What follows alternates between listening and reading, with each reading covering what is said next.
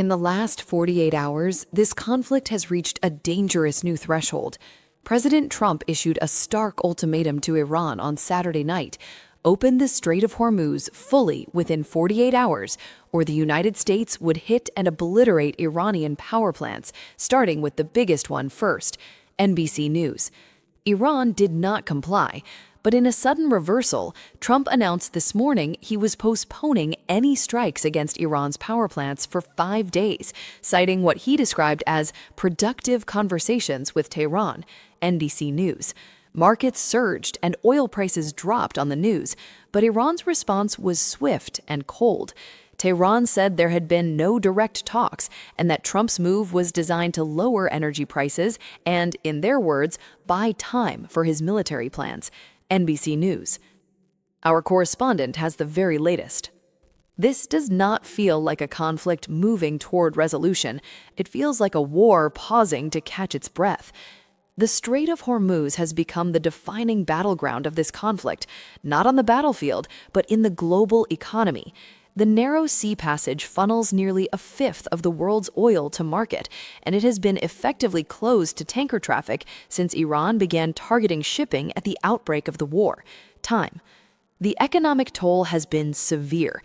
Retail gas prices have risen 93 cents per gallon, and the price of U.S. crude oil has climbed more than 70% since the start of the year. NBC News. That pressure is bearing down hard on the White House. Trump's ultimatum on Saturday was the sharpest escalation in rhetoric yet, but Iran did not blink. Iran's Revolutionary Guards warned they would completely shut the Strait of Hormuz if Trump followed through on his threat to strike Iranian energy facilities. NPR.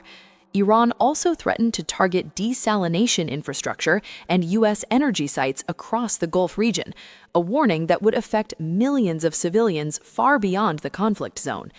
The threat came barely a day after Trump had posted on social media that the U.S. was getting very close to meeting our objectives and was considering winding down military efforts in the Middle East.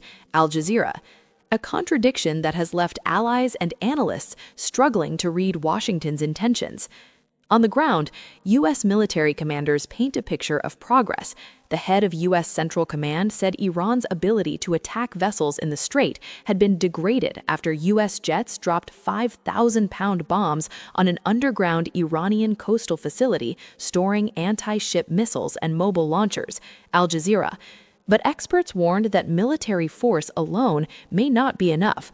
One analyst told NBC News that without a complete destruction of Iran's capacity to respond, which he called unlikely, military means alone would not have the desired effect of easing oil markets and pricing.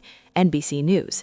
Iran has been selectively allowing passage through the strait to countries it perceives as friendly or neutral, including some Turkish, Indian, and Chinese vessels, while blocking ships linked to the U.S. and its allies.